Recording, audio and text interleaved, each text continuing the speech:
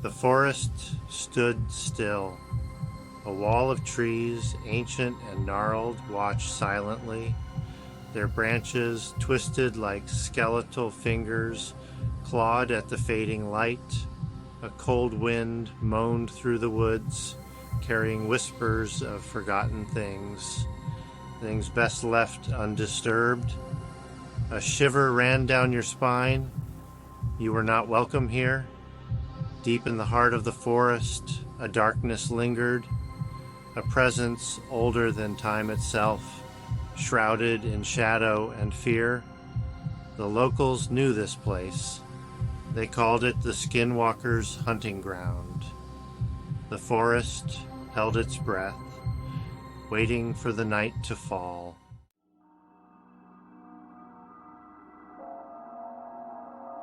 Miles from civilization, nestled at the foot of a towering mountain, lay a campsite, deserted.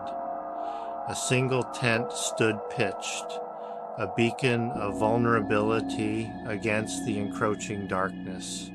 Inside the tent, 4 friends huddled around a lantern.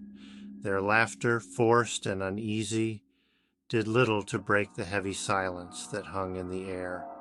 They had been warned. The old man in the village had pleaded with them to turn back. He spoke of ancient evils, of creatures that walked in the skin of men. Now, as the shadows lengthened, they weren't laughing anymore. Something was coming, drawn to their fear.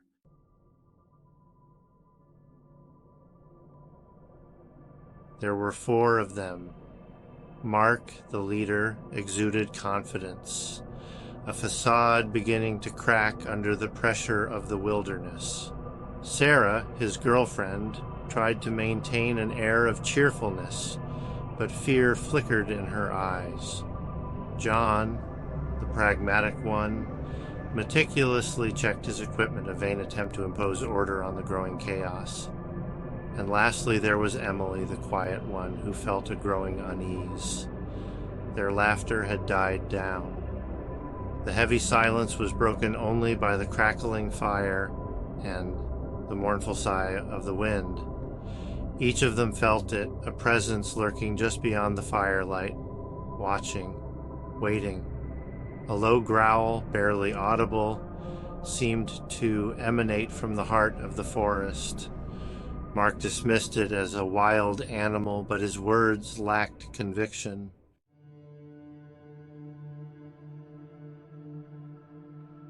As the night deepened, so did the sense of dread. The forest seemed to press closer, the shadows growing longer and more menacing.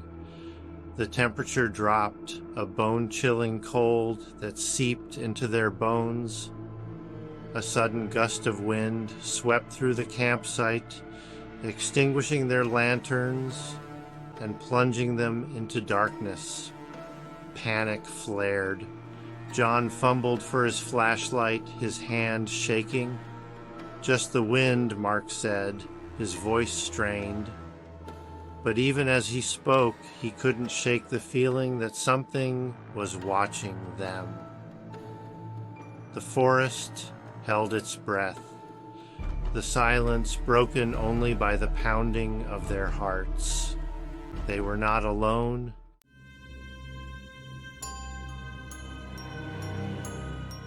John's flashlight beam darted across the campsite, searching for the source of the sound. The trees, their branches twisted and gnarled like the limbs of ancient demons, seemed to reach out towards them. "I don't like this," Emily whispered, her voice barely audible. "We should leave." Her words were met with silence. The others felt it too, the sense of impending doom that hung over the campsite. The forest seemed to press in on them, the darkness closing in like a suffocating blanket. A twig snapped, then another. Something was moving out there, just beyond the reach of their light.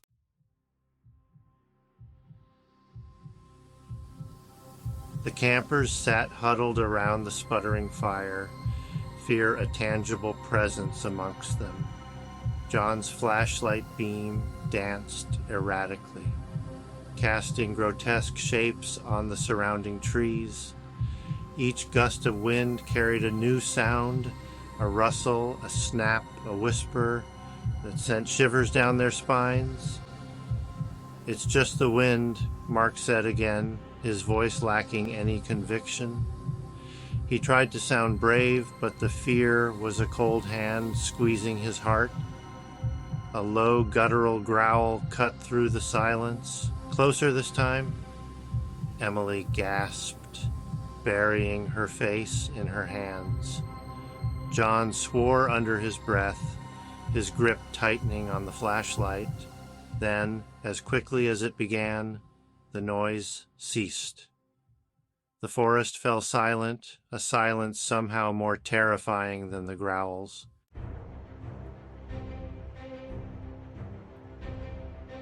A cold, clammy hand seemed to grip John's heart. The silence was broken only by the frantic beating in his ears. He scanned the darkness, his flashlight beam a beacon of futility against the overwhelming blackness. "Where's the lantern?" Emily's voice, small and tight with terror, cut through his thoughts. They all turned to where their second lantern had been hanging from a nearby branch, its soft glow extinguished with the wind. Now only an empty hook remained, swaying gently in the breeze. No one had seen it fall. "Maybe it just fell," Sarah offered, her voice trembling, but even as she spoke, she knew it wasn't true. John shone his flashlight towards where he thought he had seen movement. Two glowing eyes, like hot coals, stared back at him from the depths of the forest.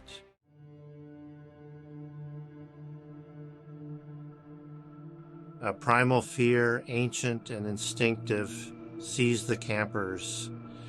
They huddled closer to the dwindling fire, as if its flickering flames could hold back the darkness that pressed in on them. The forest had become a living entity, malevolent and hungry, and they were the prey. Panic threatened to overwhelm them. Mark, his bravado shattered, scrambled for his backpack, his hands shaking. "We need to go," he stammered, his voice barely a whisper. "We need to go now." His words released something in the others. They scrambled to their feet, knocking over their meager supplies in their haste to escape.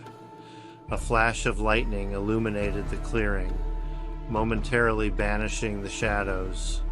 That's when they saw it, the Skinwalker.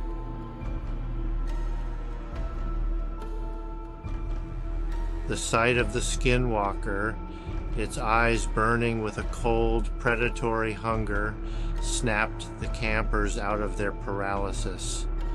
A primal scream, born of pure terror, ripped from Sarah's throat as she scrambled backwards. "Run," Mark screamed, his voice cracking with fear. They didn't need to be told twice.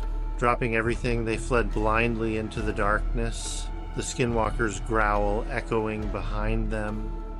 The forest seemed to reach out for them, branches snagging at their clothes, thorns tearing at their skin.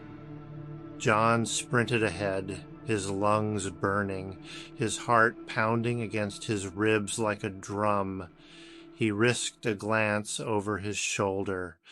The Skinwalker was gaining on them, its long, unnatural strides eating up the ground. With terrifying speed, they had to keep moving.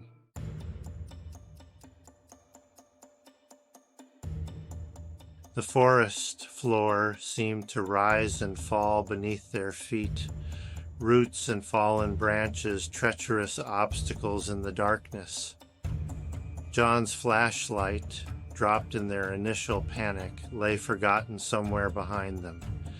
They were running blind, guided only by instinct and the sound of their own ragged breathing.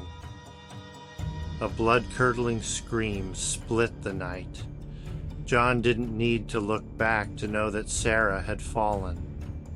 He risked a glance over his shoulder. The Skinwalker stood over her, its form silhouetted against the moonlit sky. "Keep running," Mark shouted, his voice hoarse with exertion and terror. John hesitated, torn between the instinct to flee and the desperate need to help his friends. They had to keep running.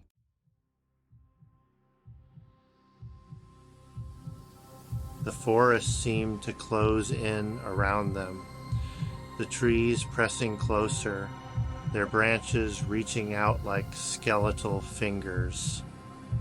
John could hear the Skinwalker moving behind them, no longer bothering to pursue them openly, but circling, herding them like prey.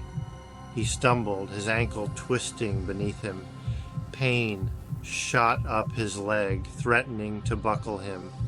He cried out, falling to the forest floor. Emily spun around, her face pale in the darkness. "John," she cried, reaching down for him. "Go! Get out of here!" He gasped, his voice raw with pain and urgency. Emily hesitated, her eyes filled with tears. Then with a sob, she turned and ran, disappearing into the darkness.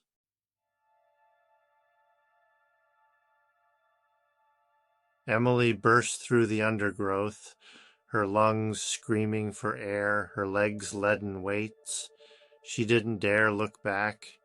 The image of the Skinwalker standing over Sarah, its eyes burning with unholy light, was seared into her mind.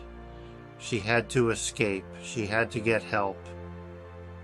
The forest seemed to conspire against her, the trees closing ranks, branches snagging at her clothes, thorns ripping at her skin. She stumbled blindly through the darkness, her only guide the pale light of the moon filtering through the canopy overhead. Then, through the trees, she saw it. A light. Hope, fragile as a butterfly's wing, fluttered in her chest.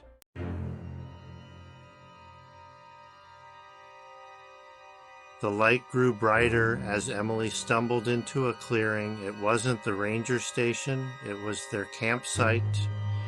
The fire had dwindled to embers, casting long dancing shadows that twisted and writhed like phantoms in the night. Mark was there, slumped against a tree trunk, his face pale and drawn. Relief, sharp and sweet, flooded through her. "Mark," she gasped, rushing towards him. "It's gone? The Skinwalker, is it gone?" Her voice was frantic, a mixture of hope and lingering terror. Mark shook his head slowly, his eyes filled with a chilling emptiness. Emily turned slowly, dreading what she would see. The Skinwalker stood at the edge of the clearing.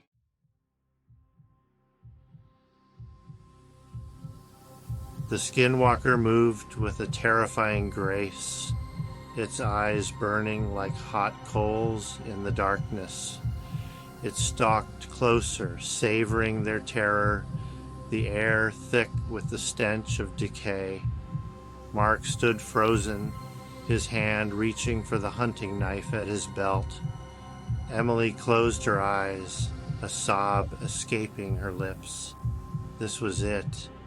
This was how it ended, in this God-forsaken forest, hunted by a creature out of nightmares. A blood-curdling scream tore through the night. Emily's eyes flew open. Mark stood frozen, his mouth open in a silent scream. The Skinwalker stood before him, its clawed hand buried deep in his chest. Then, as quickly as it had appeared, the Skinwalker vanished. Mark crumpled to the ground, a lifeless puppet whose strings had been cut. Emily stared at his body, her mind struggling to comprehend the scene. Silence descended upon the clearing, heavy and absolute.